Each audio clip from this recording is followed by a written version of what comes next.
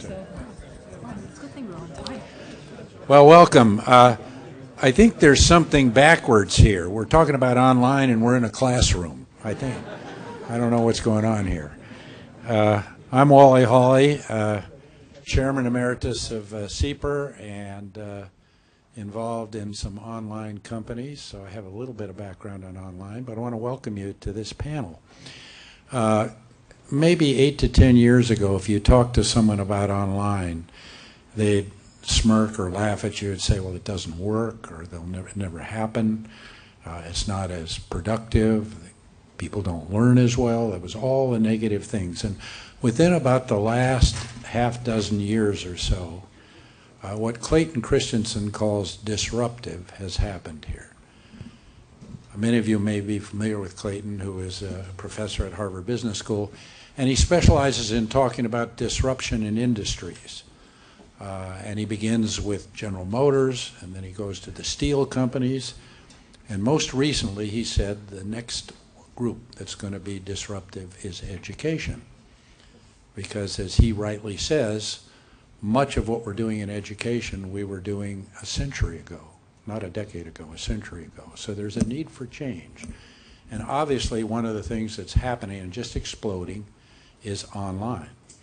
So I'm very happy that we have a wonderful panel of mixture types of online activities that will be with us today. And I'm going to introduce them as just before they speak. So our first speaker is Minli Virdone. Minli is the head of strategy and marketing for the Khan Academy. And I'm sure almost everybody in this room has heard of Sal Khan and his academy. They are targeting, I'm told, 4.5 million students free around the world every month, which when you think about that is just staggering. She was with McKinsey & Company, as was I, so that makes her a good person. And as consultants, we're not taking any questions, though. That's it. But she went to Stanford. She's gotten her MS and BS. And then she went with McKinsey, where she consulted for Fortune 100 companies in the technology and finance field. She has a very challenging job in charge of looking at all the aspects of what Khan is trying to do around the world. In the case of Khan, and we have 3 different things here today, here we're talking about a nonprofit activity and a nonprofit that's free in terms of tuition. So some of you may be scratching your head saying, well, let's see now, we're at an economic conference, how does that work? I'm going to let Minli tell us. Welcome. Thank you, Wally. All right, so I think many of you have heard of Khan Academy, but maybe just a show of hands, how many of you, oh, I'm sorry, I'm going to stand over here. How many of you have not heard of Khan Academy? Okay, great. So we have something to talk about. Excellent.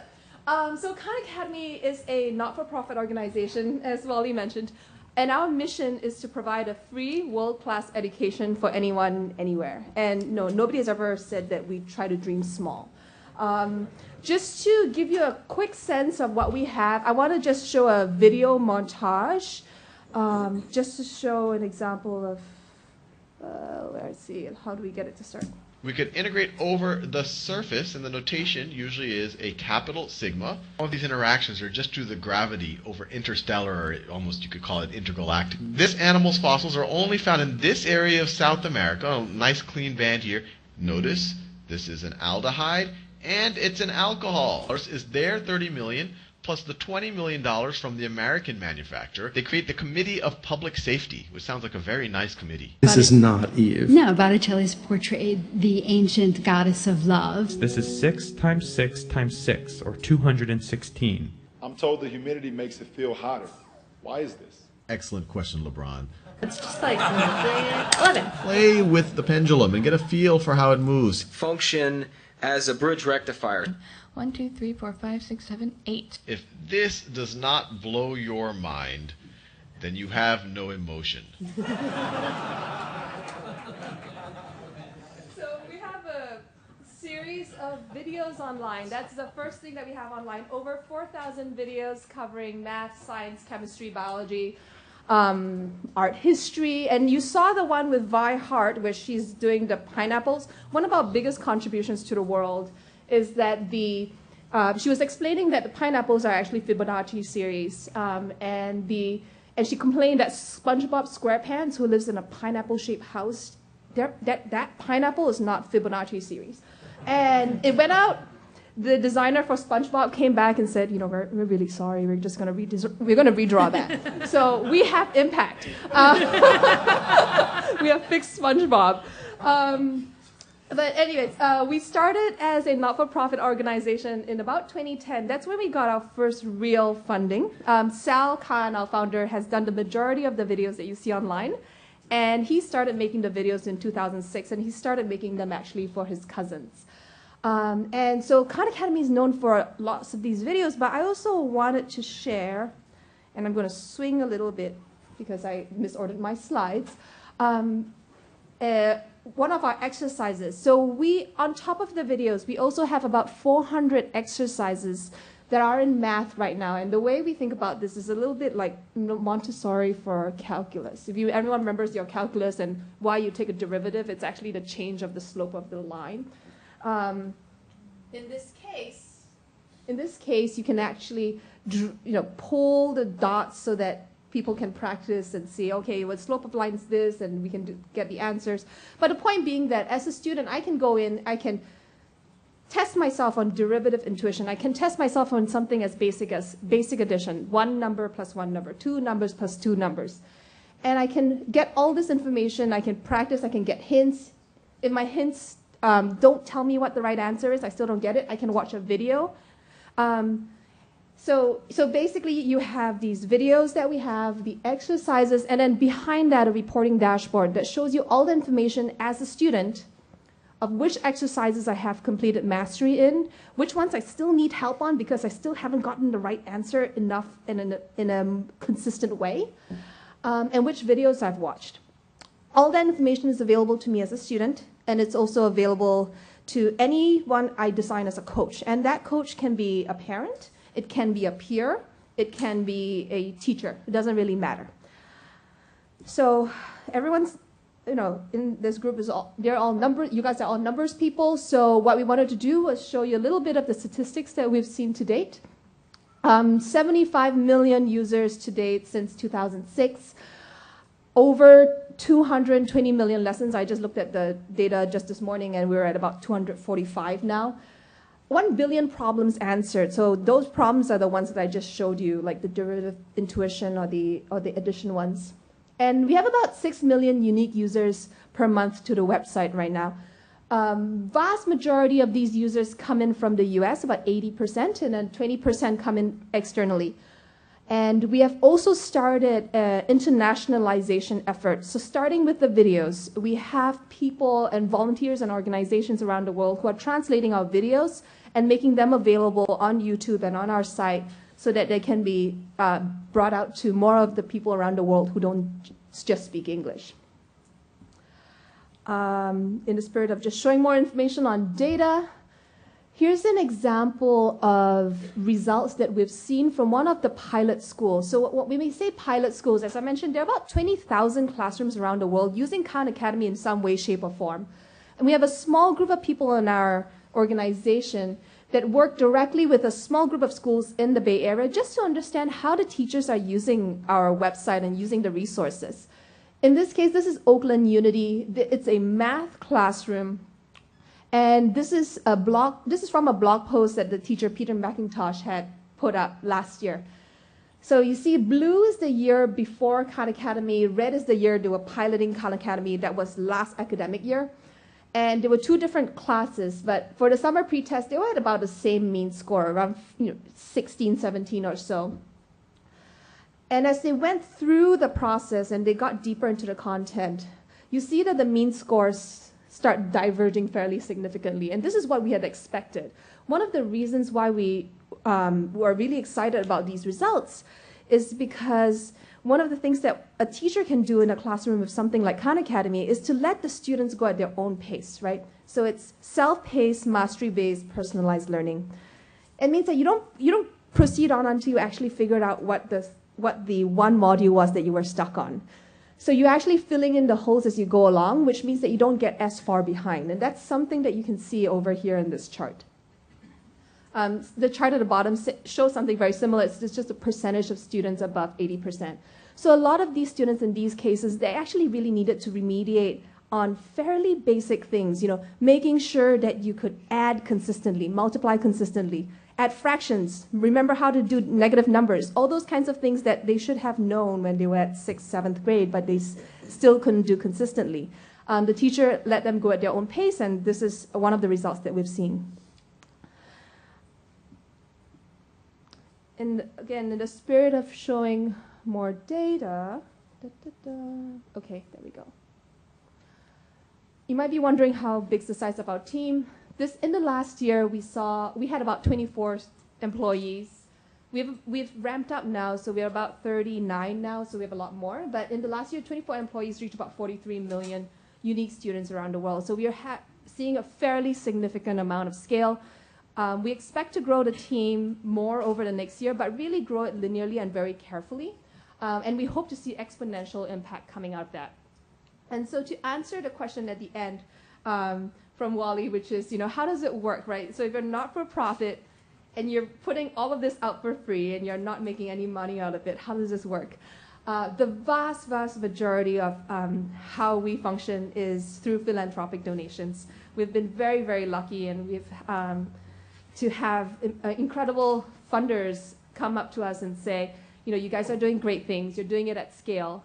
I want to help make you successful and make you continue doing what you do. So Bill Gates has funded us, Gates Foundation. Google was one of the original funders. John and Ann Doerr are also one of our core funders.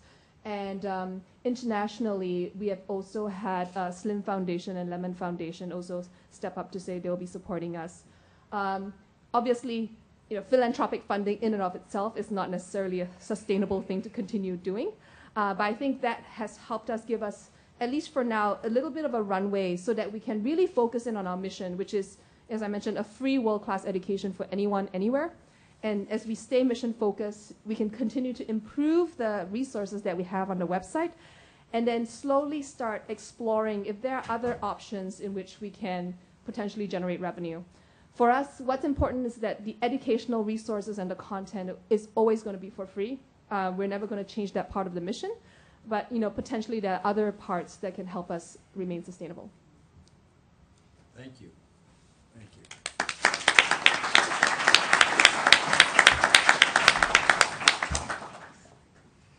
Our next speaker is Daphne Koller, who is one of the founders of Coursera.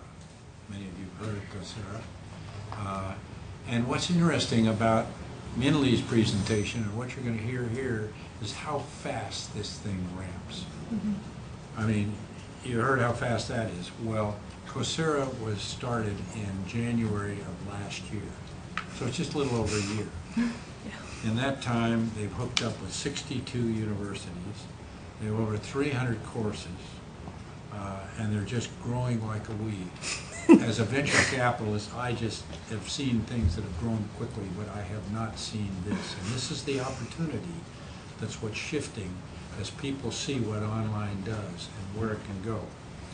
Well, Daphne is also a professor here in the computer science department, so she does double duty. She went to Hebrew University, where she got her BS and MS. And then she came to a local school called Stanford to get her PhD, so we're happy to claim her as an alumni. She's given some awards, a number of awards. The MacArthur Foundation Award, she got the President's Young Engineer and Sciencing Award, and there are about 5 or 6 others. Well, I went online, good thing to do, and when she spoke at the TED conference, and as you know, TED Conference focuses on a lot of creativity. And during that talk, she did several things, which I'm hoping we're going to hear more about. The first thing, she had a couple of quotes which I think are very memorable and I enjoy. One is You're that... gonna steal my thunder. Don't take her. Am I stealing something here? I don't know. I forget which I don't know which one you're going to use. So. Go for it. Go for it. All right, I'll do it. Anyway, what she said is, you know, we have to quit lecturing to people in the classroom and giving them a chance to be creative and ingenuity by talking to and with them. Well, in a larger classroom, that's a little hard to do one-on-one. But that's one of the things that online can do. And I like that. The other thing I want to hear what she has to say about this. She said, you know, what we're about is taking the best courses with the best teachers at the best universities. And I thought, now that's going to be a challenge because you've got universities all over the place, you got best practice teachers, you got best courses. The final thing I hope she's going to talk about is this question that we're all going to face, which is what's more productive? Do the students retain more? Do they learn more? Classroom versus online. And there have been a lot of studies on this, and she had some very interesting slides. She may or may not use the slides, but she had at least outcomes, which I found wonderful. So I'm very happy to have Daphne come. Oh, am I not getting across here? Oh, sorry. Right there, she's fine. Now they didn't know anything about you here. And we're happy to have her here this morning. And now here's another thing. This is an entrepreneurial activity. I don't know whether you're describing yourself as for-profit. I think maybe someday. We're social entrepreneurship. Social entrepreneur. So this is a medium thing, okay, on this versus the other being simply nonprofit. And I am doubly delighted because I've been trying to meet this woman for a long time, and the only way we got her is to get her right here. So thank you. Thank you very much. So let me see if I can find my slides. Now that you've all been promised so many things for my slides. Let me see if I can. There, no, that's still you. Is there an AV person here? Is Ward here? Oh. Just hit escape and go to that desktop. No, but there is nothing on the desktop. There's, oh, here it is. Sorry, it was hiding behind the. It was hiding behind the. Okay. Thank you, Ward. Great. Thank you. Okay. Oops. Okay. Good. The title of this talk is The Online Revolution, Education for Everyone. I'm going to start with describing the online revolution, although Wally has already done a little bit of that for me, and then I'll talk about education for everyone at the end. We need a mic. Is a This mic is a on? mic. Not to belabor the obvious, but this is a mic. There we go. Okay. I was speaking into it. Okay. So this online revolution that we're experiencing, I think, really took a tremendous accelerated point in that started in the fall of 2011, actually here at Stanford University. It started when Stanford did a bold experiment of taking 3 graduate courses in computer science and putting them out there for anyone around the world to take for free. We were expecting an enrollment of about a few thousand people, but within a matter of weeks, each of those 3 courses had an enrollment of 100,000 students or more. Now, to put that number in perspective, the largest of these classes, when taught at Stanford, has an enrollment of 400 people. It's considered a large class even by Stanford standards. Stanford has a bunch of large classes, but this one is one of them. When that class, which is the machine learning class taught by my co-founder, Andrew Ng, was offered to the world, it had 100,000 students. In order for Andrew to reach that same size audience, he would have to teach a Stanford class for 250 years.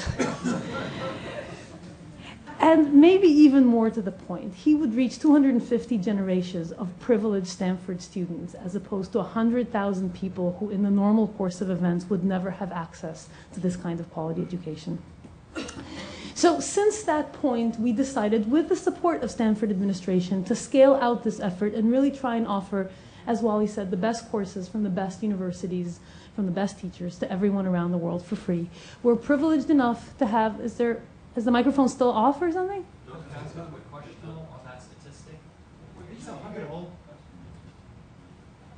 Can we, yeah, I'm going to get to a lot of statistics about these users and stuff, so if I don't answer the questions, thank you. So of these, we've been fortunate enough in the past year since we started this effort in January of 2012 to attract 62 of the world's best universities to work with us. If you look, you're going to see Stanford, one of our very first partners, some of the best private institutions as well as the best public institutions in the United States.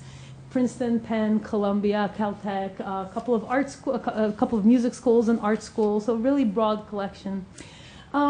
These are just our U.S. institutions. They don't all fit on a slide. These are our non-U.S. institutions. We now have 24 institutions outside the United States from Latin America, Australia, Europe, and Asia, including some of the, again, the world's best institutions. We're fortunate enough to offer courses taught natively in 5 languages. In addition to English, we have courses in French, courses from 3 different institutions, courses in Spanish from 3 different institutions, Chinese and Italian. And we're hoping to expand that considerably into other common languages. Our content, as you'll see on the website, is also translated by subtitles to multiple different languages, and that is reflected in the statistics of our audience, which I'll tell you about. We offer courses across the range of disciplines. People tend to think of this in the context of computer science, which is where we started, but that is not where we ended up. You can see courses in philosophy, mental health and illness, business, critical thinking, astrobiology. Pretty much every topic you can imagine is represented here. We even have courses in performance music and performance art, and I'll talk a little bit about how you could do that in an online format. Let me talk a little bit about our students. We now have 2.9 million students. Actually, that's not true because it's a slide that's impossible to keep updated. We now have almost 3 million students. By Monday, it will be 3 million students. These are some of our students. This is Raul. Raul comes from Columbia, wanted to study computer science. There isn't really computer science education in Columbia. Took our computer science courses, used that as the basis for a Fulbright application, is now coming to study in the United States. Jolene is from Pakistan, took the Princeton sociology class, was inspired by what she learned there, decided with a fellow student in the class to found an NGO, and they're now taking a bunch of other Coursera classes to run their NGO better. And this is Achint, comes from a small town in India, wanted to become an entrepreneur, took the gamification class from the Wharton Business School, and is now participating in an all-India entrepreneurship competition. I could tell stories like that for hours. These are the kinds of access stories that you would expect. One that you might not expect is this one. On the right is Daniel, who's a 17-year-old boy who's severely autistic. He has a speaking vocabulary of 150 words. He communicates by typing on an iPad designed by his father. By doing so, he was the star student in the Penn poetry, modern contemporary American poetry class. He's since then successfully completed several of our courses where he excelled as a student. And Daniel tells us that not only is this the first meaningful educational experience that he's had after a life of special ed, but that this particular form of education is actually helping to alleviate the severity of his disease. We get a lot of emails like that from people with different kinds of illnesses, both mental as well, cognitive and physical. A recent one that we got was from a woman who's also a Stanford alumna with stage 4 breast cancer, and she can't really leave the house except to go to the hospital to get her chemotherapy. This is her one window into the outside world. So we really have the opportunity to create access in a whole variety of different ways. Let me talk a little bit now about the form factor of these courses, what the user experience looks like. One of the things that distinguishes this from typical online content is the fact that it is a real course. It's our attempt to make in an online setting an experience that's as similar as possible to being in a college class. So the course starts on a given day, and every week there's content that the students are responsible for learning, and every week there's homework that they're responsible for doing. And the homework is graded. So if you don't do it, you don't get your scores. And you can see the impact of that. So this is a timeline. X-axis is time, Y is the number of users on site. You see those bumps? Those bumps are deadlines. Every week, the day before the deadline, everybody logs in to do their homework. Procrastination seems to be a universal phenomenon. And then at the end, there is a credential. And we'll talk about credentialing and the implication that it has on student lives at the end. So what are some of the aspects of the user experience? The first is the use of video, and Minli already talked about that. One of the nice things that you can do when you break away from in-class teaching is to really personalize the student experience, because you're no longer bound by the constraints of in-class instruction in 50-minute blocks. So you divide up the course into modules that are much more suitable both to students' attention spans and the granularity of the material, and students can traverse this at their own pace, at their own time, rewinding when they need, fast-forwarding when they get it, so that it's really a much more personalized experience.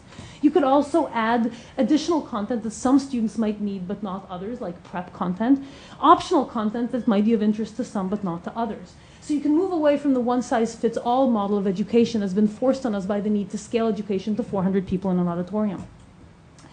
Now, a big question that comes up is, okay, how do you grade the work of 100,000 students if Stanford is not willing to pay for 5,000 teaching assistants, which, I don't know, we can try. And there's two answers to that. The first is computer-based grading. And so nice thing is that computers can now grade a whole bunch of different things, multiple choice, short answers, math. They can also grade anything that has a structured form, be that spreadsheets of marketing systems, computer programs, marketing models, and anything that has a structured output can be graded by a computer. One of the nice things about computer grading, other than its infinite ability to scale, is the immediate feedback that it gives to the students. And this is something that I don't think we completely appreciated going in. So when you do your homework in a traditional college class, it's usually 3 weeks until you finish doing it, you get it back. By this point, you got 70 out of 100. There's really nothing much that you can do because the class has moved on. Here, you're told immediately that you didn't get it. And so it turns it into a game, kind of like a computer game. And you can see the impact of that in this slide, where the blue bars are the first submission of the homework assignment, and the green bars are when the students were given an opportunity to try again and resubmit the same piece of work. And you can see that most students achieved the perfect or close to perfect score. Now you might say, well, okay, you gave them 5 chances. Of course they're going to get to a perfect score, but does that help them learn better? And the answer is it actually does. If you look at students who performed equally well on the first submission of the, say, problem set 1, the ones who did this mastery learning perform much better on problem set 2, not just on problem set 1. So it really does improve learning outcomes down the line. Now, the second form of grading that we put in is peer grading. And this is for the kind of work that's more open-ended critical thinking that currently computers cannot effectively grade. And so what we did here is we put in a peer grading pipeline where students critically assess each other's work and provide each other with feedback based on a set of criteria provided by the instructor. And you might ask, well, are students capable of doing that in complex technical courses? And the answer is surprisingly yes, if that set of criteria or grading rubric is well defined. This is from the Princeton sociology class. X-axis is teacher score, y-axis is peer score, and you can see a very strong correlation between the two scores, suggesting that you could actually use this for providing meaningful feedback to students. The nice thing is that you could also use it for grading a very broad set of assessments. If you were wondering how we grade performance music, it's using peer grading. But you can also grade designs, for example. This is from the Wharton Business School. You can see that this is a design project that the students did, a semester-long project. And they've got feedback from peers at every step of the way. So by the end of the course, they've gotten something like 40 pieces of feedback from 40 different students and designed really amazing artifacts as a consequence of this. And I can tell you that I picked these artifacts because they looked cool, and only then did I notice that they came from 3 different continents. The third aspect of the student experience is the community that builds up because the students are taking the class as a cohort. So the one thing that does not scale to 100,000 students is an instructor answering questions. That just doesn't work. So we've replaced that with peer teaching, or crowdsourcing of question answering, if you will. So students post questions on the forum, other students answer questions on the forum, and we discovered that students are actually really good and patient and helpful in answering each other's questions, generating a real sense of community. Community also comes up in students who just get together in study groups around the world to answer each other's questions and learn with each other. We're, by the way, a very worldwide effort, so we're not 80% US-centric. About a third of our students in the United States, 40% of our students are in the developing world, which is something that we take great pride in. Okay, the last piece that I want to talk about in terms of the student experience is the notion of credentialing. This is something that we've put a lot of effort into recently. We've put into place a track that allows students to obtain an identity-verified credential that is a meaningful thing that they can bring to an employer and get some real value from it. This actually costs a little bit of money, something like $30 or $40, to be part of this identity verification process. But because we believe in open access across the board, we actually put in a financial aid program even for that. We also recently, working with the American Council for Education, have put in a mechanism by which students who complete this kind of a course this is currently for a pilot set of 5 of our courses, are able to do a digitally proctored final exam and actually get college credit that can be transferred into academic institutions in the United States, addressing some of the questions of, okay, what is this good for? Okay, now I'm going to take a step up and talk about 2 higher level issues. The first is the value of the data that's collected here in terms of pedagogy. We collect every single event on this system, every click, every form view, every quiz submission, at a scale of tens of thousands of people. So all of a sudden, you can really start getting insight into human learning, both on a per-course basis as well as more globally. So on a per-course basis, what you see here is, this is just one example, a distribution of wrong answers in one of Andrew's machine learning exercises. The answers happen to be pairs of numbers, so you can graph them on a plot like this. Each little cross is a one-off wrong answer. The big crosses are where a bunch of students made the exact same mistake. So the big cross at the top left is where 2,000 students made the exact same mistake. So when that happens, when 2 students in a 100-person class do that, nobody would notice. But when 2,000 students do that, it really jumps out at you. So Andrew and his TAs went in, understood the basis for the misconception, and now any student whose wrong answer falls into that bucket gets a personalized error message telling them, you might want to think about this issue that you might have missed in the lecture. So you can really personalize the feedback to the students. You can also answer global questions. So how many of you are familiar with A/B testing? Okay. A/B testing is something that even if you're not familiar with, you've been participating in. Because when you log into Google, there's always like a 5% chance that you're in the B group, which is the one they're testing for a new user experience. And then they measure performance, like click-through rates, and if the B group does better than the A group, the entire website gets flipped over in a matter of days. Never been able to do that in pedagogy. But now you can. So here's one of the A/B experiments done by Professor Dan McFarland here at Stanford. He did an organizational analysis course. The A group got the instructor's face in the video. The B group did not. This has always been an issue of contention in online teaching. Do you show the instructor's face or not? I wish I could tell you which of the 2 groups had better learning outcomes, but I can't because the B group complained so bitterly that we had to stop the experiment. But we have other A/B tests that really changed the pedagogy in other ways. Anyway, the last thing that I want to talk about in terms of is improving learning outcomes. And the first part of this is improving learning outcomes in an online format. So this is a paper that goes back 30 years, educational researcher Benjamin Bloom, who studied 3 populations. People taught in a lecture class, as most of us were taught. This is distribution of achievement scores, by the way. People taught in a mastery learning format, kind of along the lines of what Minli talked about, where you really need to master one topic before you move on to the next.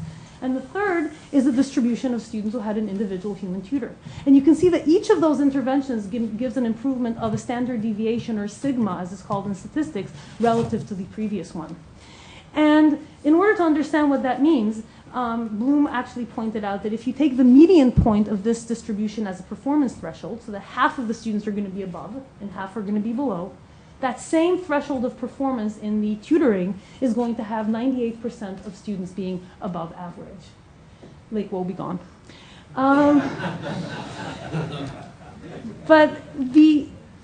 So hence the 2 sigma problem. This is an amazing intervention if we could only do it. But we can't because we cannot as a society afford a human tutor for every student. But we can afford a tablet or a smartphone. And so the question is, can technology get us from the blue curve to the red curve and ultimately to the green curve? The red curve is easy. Minli already talked about how mastery can be accomplished with a computer. The computer doesn't get tired of showing you the same video 5 times. They're quite happy. They don't even get judgmental. The green curve is a little bit harder. But I've already shown elements of personalization, but I think it's a really exciting research challenge to try and get us all the way to the green curve. I don't know if this is the quote that Wally wanted me to show. I think it is. This is the second place where we can improve learning outcomes.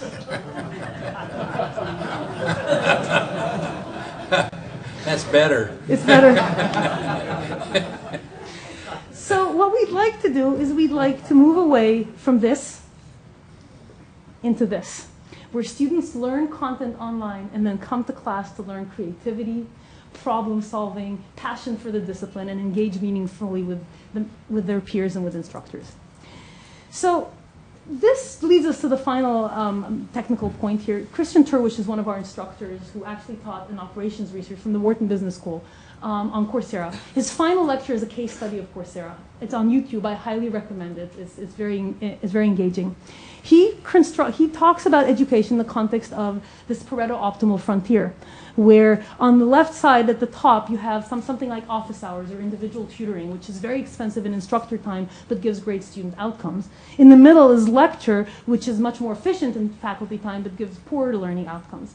He argues that MOOCs really move us into a new frontier, and you can use this new frontier in different ways. You could use it to do what we do with open access MOOCs, which is provide an amazing education to people around the world at effectively a zero marginal cost per student. Or you could use it to improve learning by moving to this active learning in the classroom as a different way of teaching, which it doesn't reduce cost, but it improves student learning outcomes. So now I'm going to just finish off with talking about the student population, which is probably the question that was asked, and what are some of the implications. Currently, most of our students actually have degrees. That's because I think we were unable to offer credit partially until recently.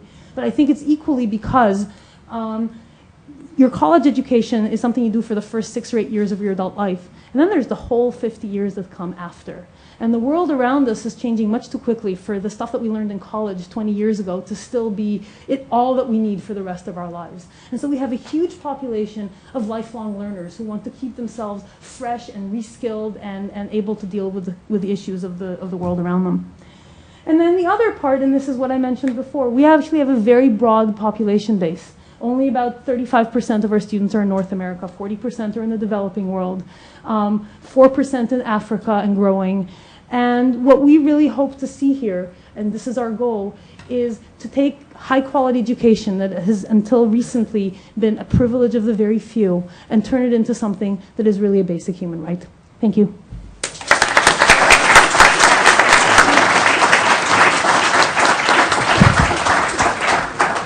Daphne, I think I'm in trouble. You said 20 years and it's no longer relevant. How about over 50? What do I do? That's great. Now, we have seen then the nonprofit with the con. We've seen the entrepreneurial enterprise. And now we're going to move to the for-profit. Yeah, we're social mission like her. Okay. We're not for-profit? I'm on his board. I hope we're for-profit. Anyway. Okay, well, anyhow. Randy is a serial entrepreneur. In all the years I've been involved in venture capital, I've never seen someone who started and successfully built more companies. About maybe 15 years or so ago, he started to turn his attention to education. And many of you who were here at an earlier SIEPR conference heard him speak on literacy, where he did this Voyager expanded learning concept, which was very, very creative. Essentially, very quickly, the whole idea was that you had the students learning something that they were interested in. So we did a partnership with NASA, and the kids were building rockets. We did one with Smithsonian Institute. The kids were in hospital, they were doctors. And the whole point was the kids were learning something they thought was interesting. They were not thinking, I'm in a reading class. And the thing that attracted me to Randy is he said, well, go look at one of those. So I did. I went with a 3rd grade kid. He's got his smock on, Dr. So-and-so. I said, so you're a doctor? And he said, yeah. I said, well, good. What kind of doctor are you? And he said, well, I'm an immunologist. I said, excuse me? I said, what's an immunologist do? And he told me. He's in a reading class, but he's learning something that's functional and he's loving it. We took the reading skills. 30% of the kids at the end of 3rd grade can read 3rd grade level in the United States. And with his system and that company, we took it from 50 to 80% in big cities. That was Randy's first educational site as far as I know, but it was the first one I was involved in. So about, 10 years ago maybe, plus or minus, he turned his attention to online. He saw the potential of distance learning. So he formed 2 companies. The first one is Whitney International, and in that Whitney is buying universities in Central and South America and then putting distance learning migrated on them, so we can add the percent of the population that's in Central and South America that are actually getting degrees and being able to function in society. We now have 11 universities in 9 countries around Central and South America. The second company he built was a sister company. It's called Academic Partnerships. This particular company is providing online technology and capabilities to state universities, because, as we all know, the state universities' funding is drying up, and they're having to lay people off, and they're having to cut down courses and a whole bunch of things. Well, now, if you can do the online add to it, you basically don't have to make the cuts, and you can add a lot more students who can come for a fraction of the cost if that's what the university decides to do. In the interest of full disclosure, I'm on both of those boards, but I'm very happy to present my good friend, Randy Best.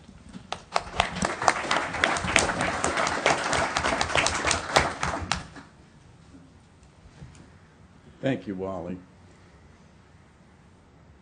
Our organization calls on about 70 universities a week all over the world, and we represent 50 public universities in the United States.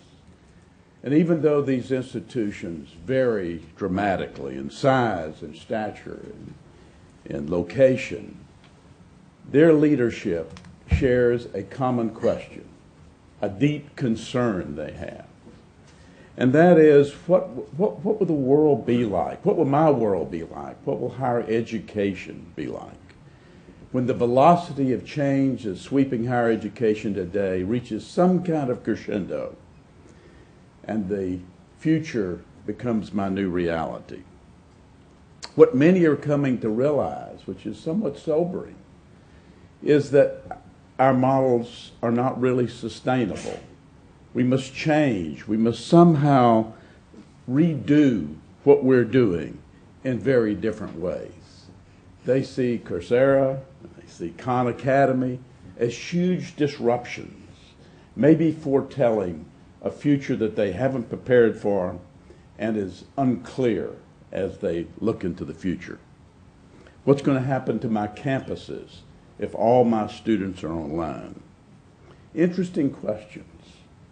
And I think as we look back, we will see that the convergence of 4 or 5 factors that we know of today and we're very familiar with will have shattered the status quo, not in 10 or 20 years, Wally, but in the next 3 or 4 or 5. Much faster than most people think, in my opinion. I agree with you. And those factors are the use of technology and the delivery of instruction, the heightened expectation. Maybe we give too much or too little attention to this one. The heightened expectation of a 21st century consumer. They're very different than most of us as I look around the room. The reduced subsidy for public universities, it went down more this past year, 2012, than any year on record. And it was the year that tuition went up the most of any year on record. Tuition inflation now is tapping out middle-class families. And it's happening at a time that middle-class families' income is not increasing. So I'm very optimistic about the long-term future.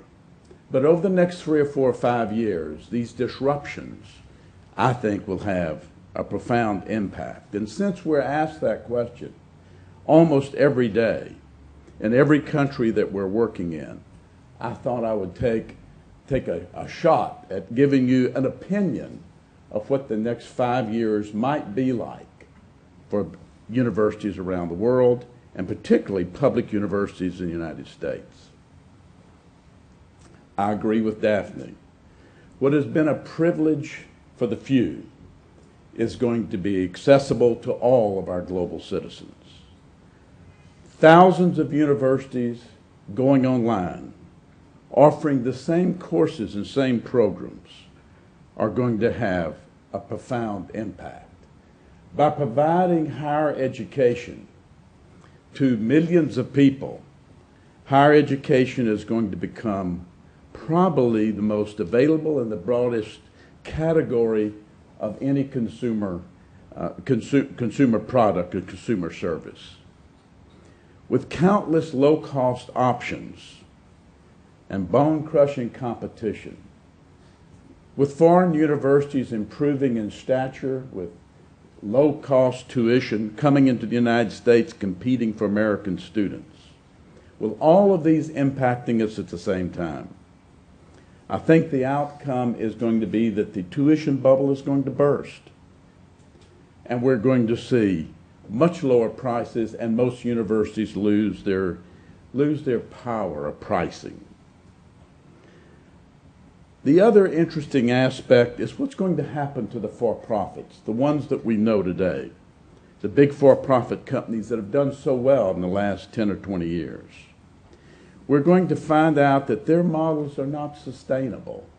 And unless they dramatically change their models, I think they're going to struggle just to survive.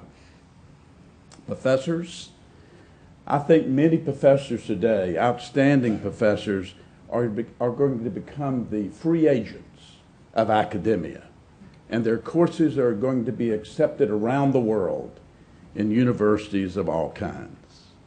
Many degree programs, we believe, that are popular today will not exist in 3 to 5 years. And many professional degrees that we know about, like MBAs, RN to BSN, Masters in Education, will be almost entirely online. 80–90% will be earned online.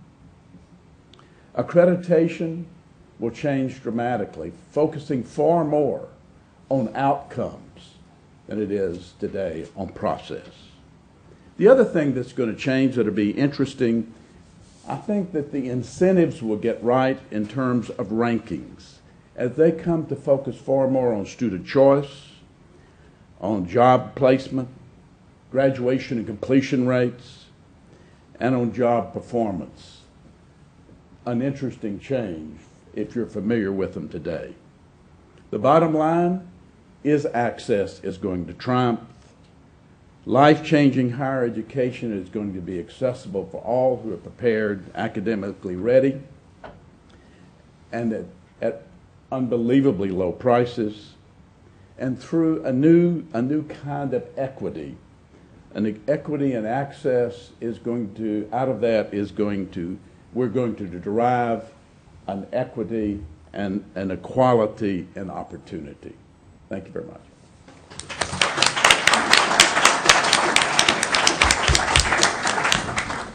At this point, we'll open it up for questions. By the way, do we have a mic in the room that we can handle? Or if we don't, then please speak up. And thank you. Yeah, go ahead. I was struck by what your last speaker said about professors becoming free agents, and I wanted to turn that a little bit to Daphne and ask if the A/B type testing that you do allows you to determine which professors are best. There seems to be an implicit assumption that professors at the good universities you have are best, but there's a possibility that there are good professors at lesser universities who are just very effective in this medium. And is there an opportunity to find out who teaches each class best? I think that there are already websites out there that rate online courses, using a star rating, kind of like the one that Amazon uses, and I expect that that's going to have an impact down the line as these become more well-established, that people are going to look at who is the best professor. I'm not sure that, it's not going to be, I think, an A/B testing in terms of the one-to-one, but as to your, I think, more fundamental question of where the best teachers, I'm not sure that best is a well-defined term, because what's best for me might not be best for you and might not be best for another person. So for example, one of our courses that's coming up online is a remedial English course taught by an instructor, a very good one, at Mount San Jacinto Community College in California. And when you think about that, the Stanfords and Princetons of the world are not going to be teaching remedial English. They haven't got a clue how to teach remedial English, because why would they?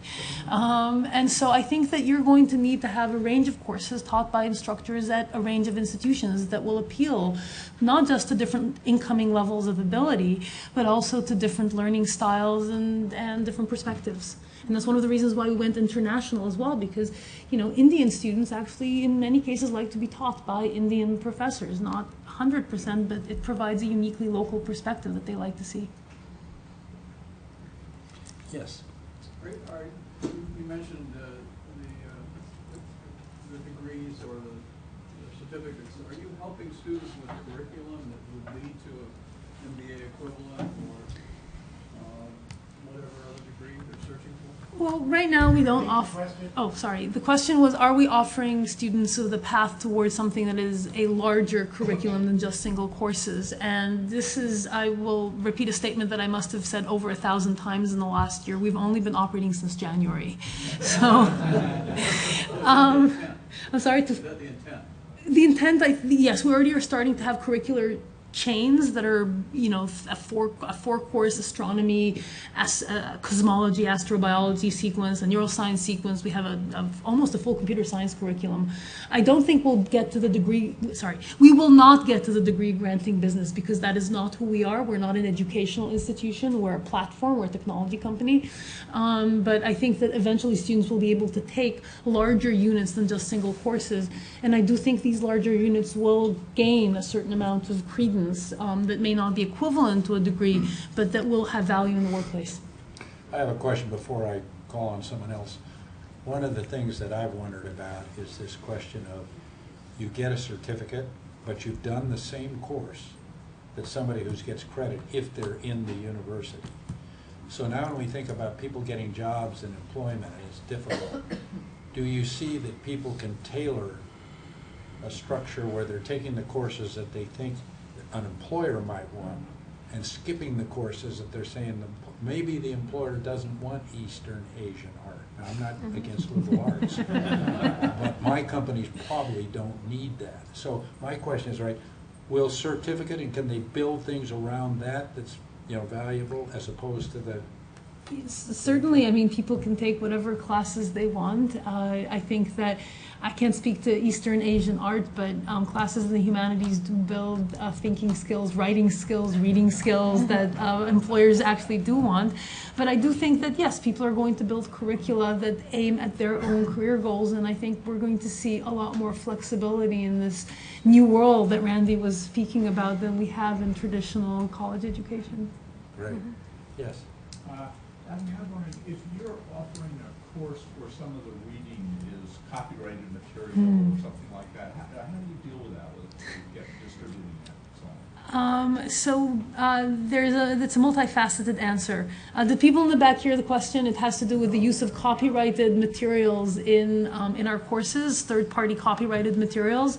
The first part of the answer is that we encourage instructors to the extent possible to avoid requiring anything that involves a payment on the part of the student, because we've had, you know, these emails from students in Africa where they, you know, for courses that had a recommended textbook, saying that if they bought the recommended textbook even used, it would be 3 months of their salary, and it's just not a tenable alternative for us. At the same time, we have been in discussions with some of the bigger academic publishers to give access to some of the content that's out there that for at least the duration of the course, maybe part of the content for free, so that those students in Africa could benefit. And I will say that I've been very pleasantly surprised by their willingness to consider a model that provides free access to some content. And we've been able to do that in some of our courses already, and we're very pleased with that. Yes. I think it's fabulous what you're doing with the online education and reaching the masses for very little to any cost. But I don't think we can completely write off the campus education. I went to what might be considered a prestige school. My recollection, if you would ask me about my education, relates more to my classmates sitting around spending time discussing life, concepts, philosophy with them than any kind of learning that I did. I think I've received a superior education. So I want to know if there's anything with what you're doing. I mean, are there forums for the students to interchange? It's not the same as a personal intercourse, but there's some kind of exchange of information. But let me partially deal with that. Did you get the question about? He's asking, okay, he went to a university where he was on campus, he had the social exchange, working with people, and he found that was an integral part of his education, and he's pointing out that that's pretty hard to do online. My response to that is, think of the thousands of students who aren't going to the campus at all because there's no room. The University of California last year had 40,000 students who were fully eligible to go to the university who were turned down. So your point is a very good one, but the point is if we don't have room for everybody on these campuses, the alternative for those 40,000 is don't go. Let me augment on that. I mean, the situation in California is bad, but if you go outside of the United States, the situation is considerably worse. In India, they're hoping to raise the tertiary completion rate from 13 to 20%. In order to do that, they're going to have to build 1,500 campuses in order to accommodate that demand. Now, aside from the logistics of building 1,500 campuses, when you go down below the top tier of Indian universities, IITs and IIMs, the remaining campuses are currently at about 25 to 50% FTE in terms of the number of faculty that they have on staff. And that means that they just can't find enough instructors to teach those students. If they build another 1,500, where on earth are they going to find faculty to teach those students? They just can't. So there's really no other option than online for a lot of the students that we're trying to reach. And I would just add that in addition to, I mean, we're talking about online, but when we look at Khan Academy, for example, it's online education to enable more interactivity within the classroom. And I think that message sometimes gets a little bit lost, right? Because right now the classroom is so much about the blocking and tackling of things. If you take that lower value add, blocking and tackling, put them on and make it more productive, make it online. Then you open up the space in the classroom to actually do the hands-on activities, the interactions that don't often happen. Yeah, and that's something that we definitely prioritize. The gentleman in the back with the silver hair that I wish I had. I want to pick up with that gentleman who asked the question about the importance of association in school. There's no question that the intellectual content can be transmitted and that the intellectual content is a heavy part of what people get in school. But the association with people, whether it's participating in athletics, living with people, you can associate yourself with people you've never even met before, that part of college. Let me address something. So the question I have is, obviously we have to serve those 40,000 students that can't get in, but something probably needs to be done to try to approximate or and try to relate the online learning of some other social aspects to it, which are almost everyone would agree is an important part of the education. So I glanced over these slides as I went through the presentation. There's actually a lot of social interactions that happens in our courses. Some of it happens virtually via the discussion forums or via online Google Hangouts and things. And some of it happens when people just get together in coffee shops and in people's homes and do these study groups. And this was something that emerged organically. We didn't impose this, but people just would post on the forum saying, we're meeting at this coffee shop in Kandahar and Thursdays at 5 to study for this it's true, for this computer science course, and it happens on a weekly basis in 1,800 different times every week. Randy. So It's a way of meeting girls. or guys. Randy had a comment. Well, I would just make a point that online is many different things. These two programs are online, but not for credit. All the universities we represent are going online to provide working adults the credit they need to impact their careers, to get degrees, to be able to have a better job, for their lives to be enriched, for their per capita income to go up. And online for a public university is a very different thing than a MOOC or Khan Academy, which are wonderful and are driving great change, and we strongly support. But for the public university, it's a matter of survival. It is reaching students who cannot enroll, and also it is bringing them into the world of the globalization of higher education, the IT revolution that's sweeping our schools. So I think what we'll see in the next few years is a use of online to reach people who can't be reached, but to deliver also degrees, credentials that they need to change their lives and to impact their future earnings. Phil? Related to the Khan Academy, I understand that in Los Altos, maybe other outlets, you're doing a program that started as math and there's some other things. What if you could just talk about, because I think it's been going long enough for you to say what's happened there, where it was before you started and what's happened now. Yeah, absolutely. So for us, in Los Altos was the first school 2 years ago that said, hey, you guys have this really great resource, we just want to use it. They started off with a pilot of a subset of 4 teachers. It expanded in the last school year to all 5th and 6th grades, and it's available to all the students that are available that are in 5th and 6th grade, so all the teachers can use it as a tool. And it's continued this year as well. And we've seen, variations in implementation models at Los Altos. So you have some teachers who use it supplementally and say, okay, I'm going to teach the course as I would normally teach. This is how we're going to add fractions this week. If you didn't understand what I did in class, here's a resource that you can use offline to help you learn. Maybe you can watch the videos, you can do the practice exercises, but it's very much supplemental. Some teachers take it a little bit further and they say, well, I don't need to do the lecture now. You're going to just watch the videos. We'll come into the class. We'll have the interactive sessions. Maybe we'll do the exercises. So the models vary dramatically. We also have other pilot schools now that are actually doing really, really interesting things because they take this basic blocking and tackling and they can make it more productive. So Summit San Jose is a school in San Jose. Summit Charter School was a school in waiting for Superman. And last year they did Khan Academy with 3 teachers in separate classrooms. They realized that all the teachers were sort of doing the same thing. This year they literally broke down walls, so they have 200 7th and 8th graders all in one big classroom with 7 teachers roaming around.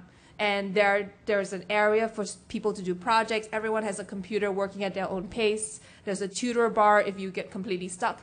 You see a lot of students actually talking to each other and tutoring each other, bringing you to the point of it's mastery-based learning and it's also peer tutoring as well. It's a really fascinating model that they have at Summit San Jose right now. And how well, on some kind of metric, have the schools done, the students done in the couple years you've been doing it? It's hard to say. I think the reason why is because two main things. One, the website changes dramatically. We've added significant amount of resources over the last year.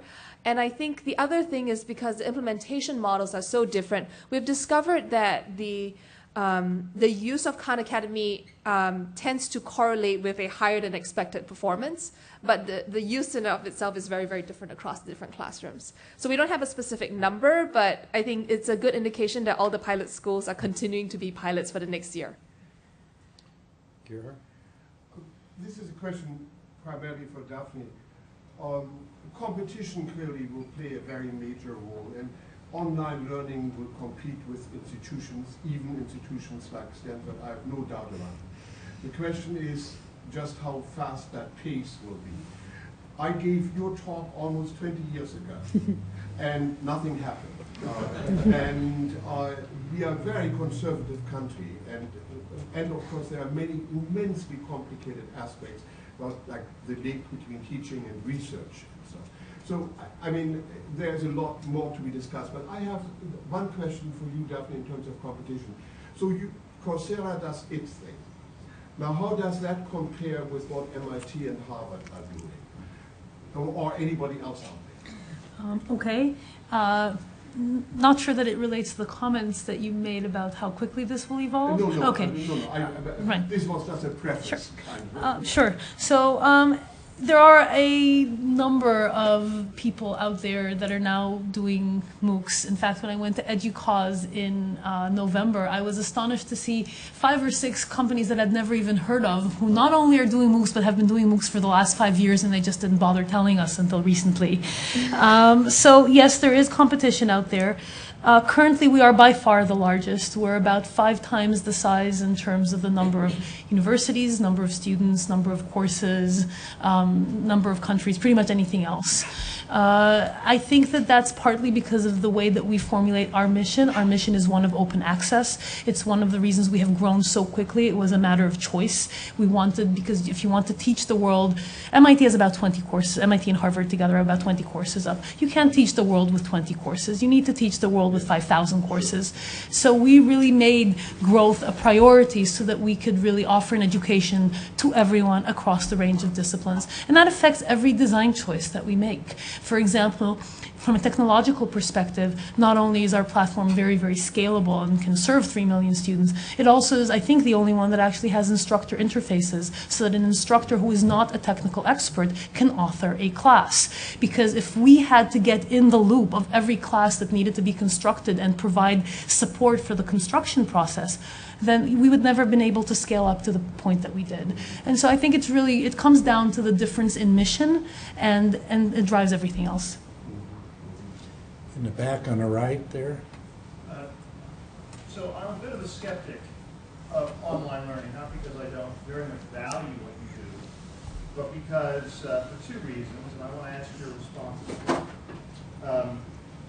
One is I was training to be a college-level teacher at one of these for-profit universities. And I asked the other people who had experience, well, they have both an online and an in-classroom mode. And so if I'm teaching a class, you know, if I don't have time, I probably should do the online. They said, oh, no.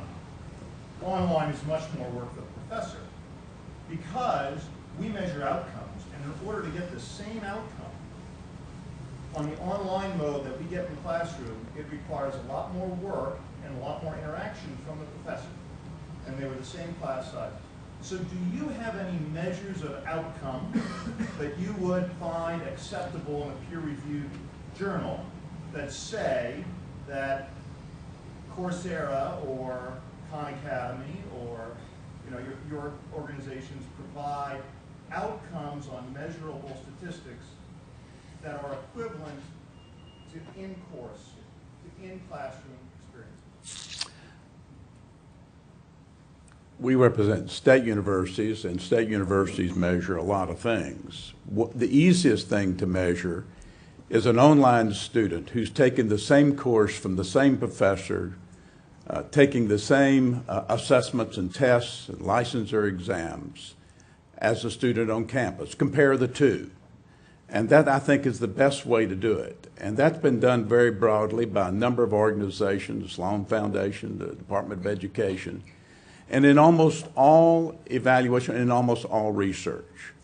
The online student actually performs a bit better. Their graduation rates, completion rates are a bit better. So I think that today is a reality that's broadly accepted. One other aspect is how difficult is it for a professor to teach an online course? I know that was debated a lot 2 or 3 years ago. Today, there are thousands of professors who are teaching online courses, and they're finding it inspiring their on-campus instruction. It's helping them do better. They're throwing away those old yellow notes they've had for 20 years, and they're rethinking how they teach. They're bringing new vitality to their instruction, and it's making a profound difference.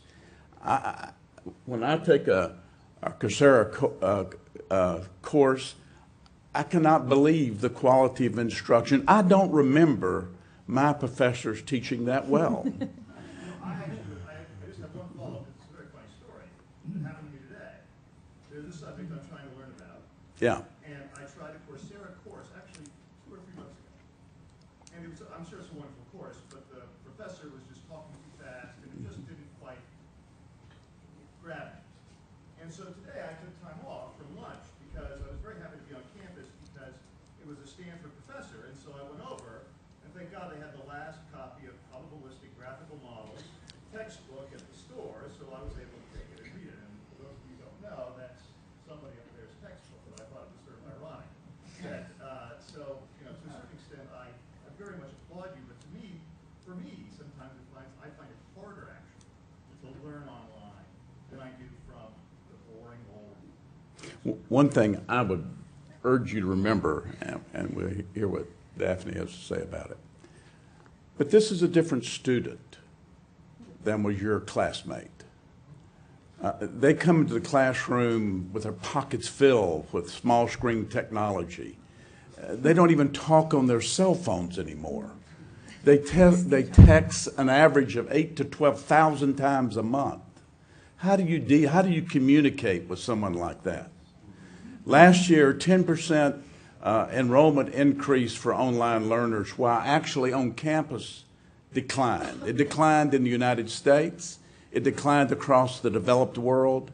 It fell off a cliff in continental Europe and the British Isles. But across the developing world, it increased. Africa up 19%, and India up 9%.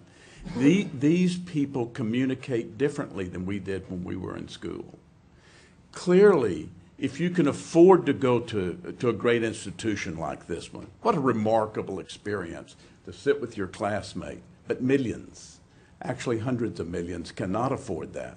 But they need this knowledge to grow the GDPs of their country, to raise their standards of living, and only through technology can this be available. Yes. Blue?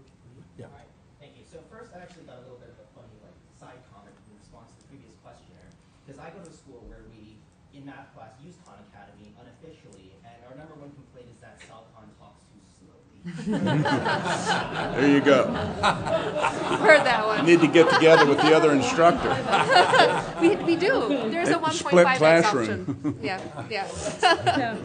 Most of our students watch our videos at 1.5x. You should have tried our videos at 0.8x, and maybe that would have been That's right. That's exactly right. They speed them up. Yeah, but the question I had was, there's a sort of broad spectrum of higher education resources. You have, your for-profit institutions and another, and you've got your Harvards and your Stanfords. And I was wondering if you guys, maybe had a prediction for where the disruptive impact of the online education revolution, so to speak, would probably hit hardest.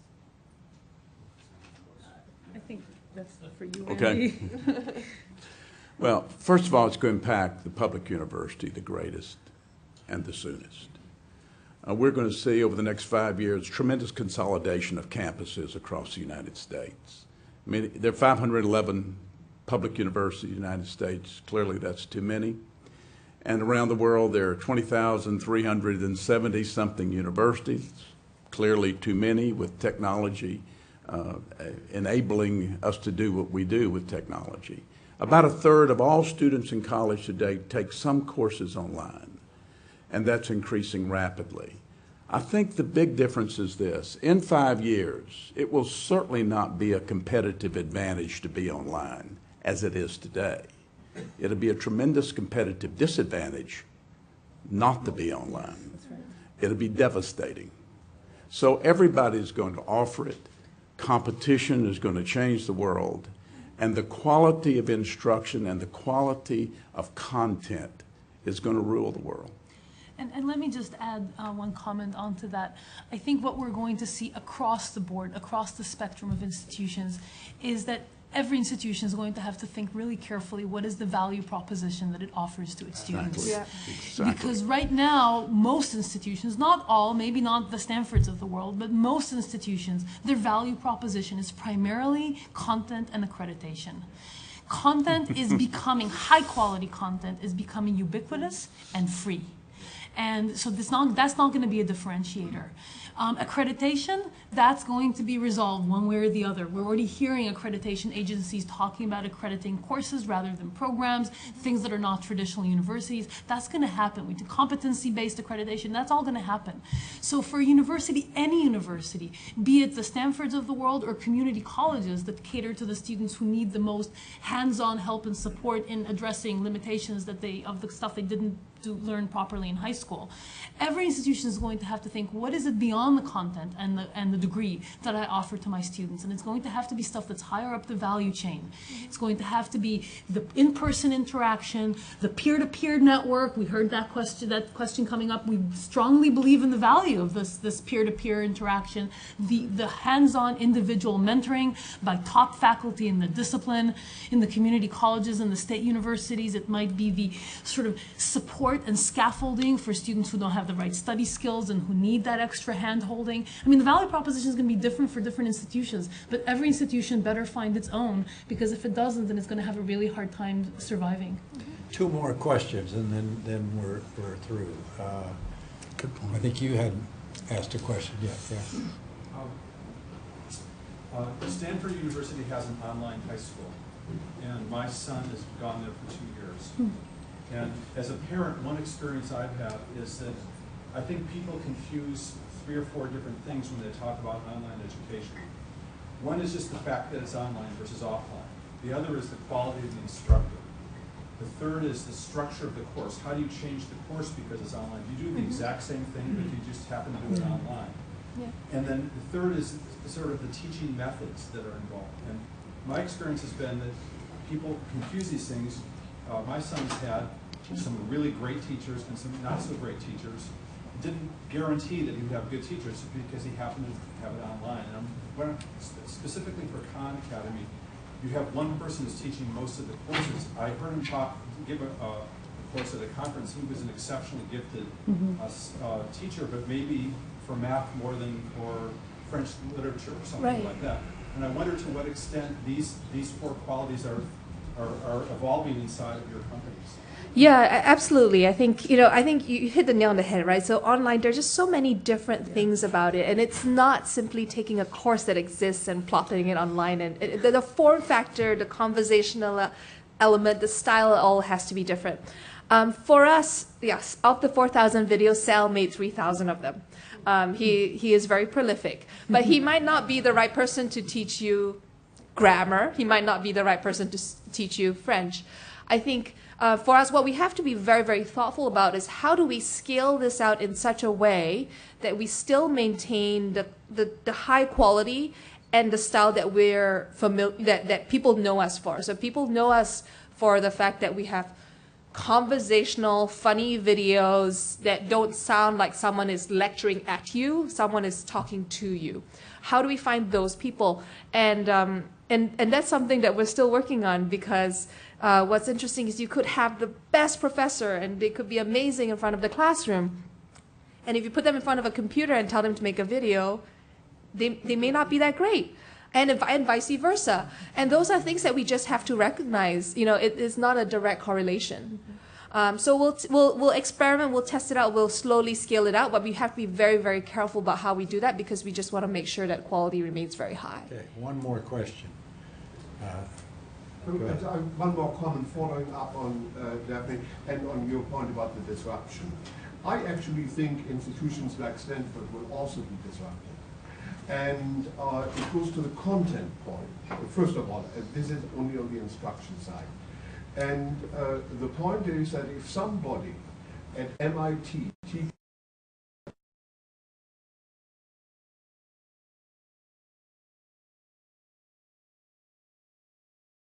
to do it at a lower quality level and offer it to our students. And that is where the disruption will come for us. Now, I do think, however, that indeed what Stanford started in the 90s, the small seminars, all of that kind of thing, that will be our major selling point. That's right. And one other thing, and I hope you will not forget that, and that the Stanford undergraduate, including a freshman, can have access to the research enterprise. Yep. This is what I emphasize so strongly in my days as president, that will become a very, very important element. I'd like to make one comment there, because the greatest disruption over the next few years will be in the undergraduate area and high school. Yes. Many states will eliminate 12th grade. 90% of students will start college with 18 or more hours of college behind them. What we will realize very soon is we don't need somewhere around 12 to 14,000 freshman English teachers. It's in those first 2 years of school, in these general education courses, that the greatest disruption will come the soonest. Thank you. I want to thank Mindy and Daphne and Randy.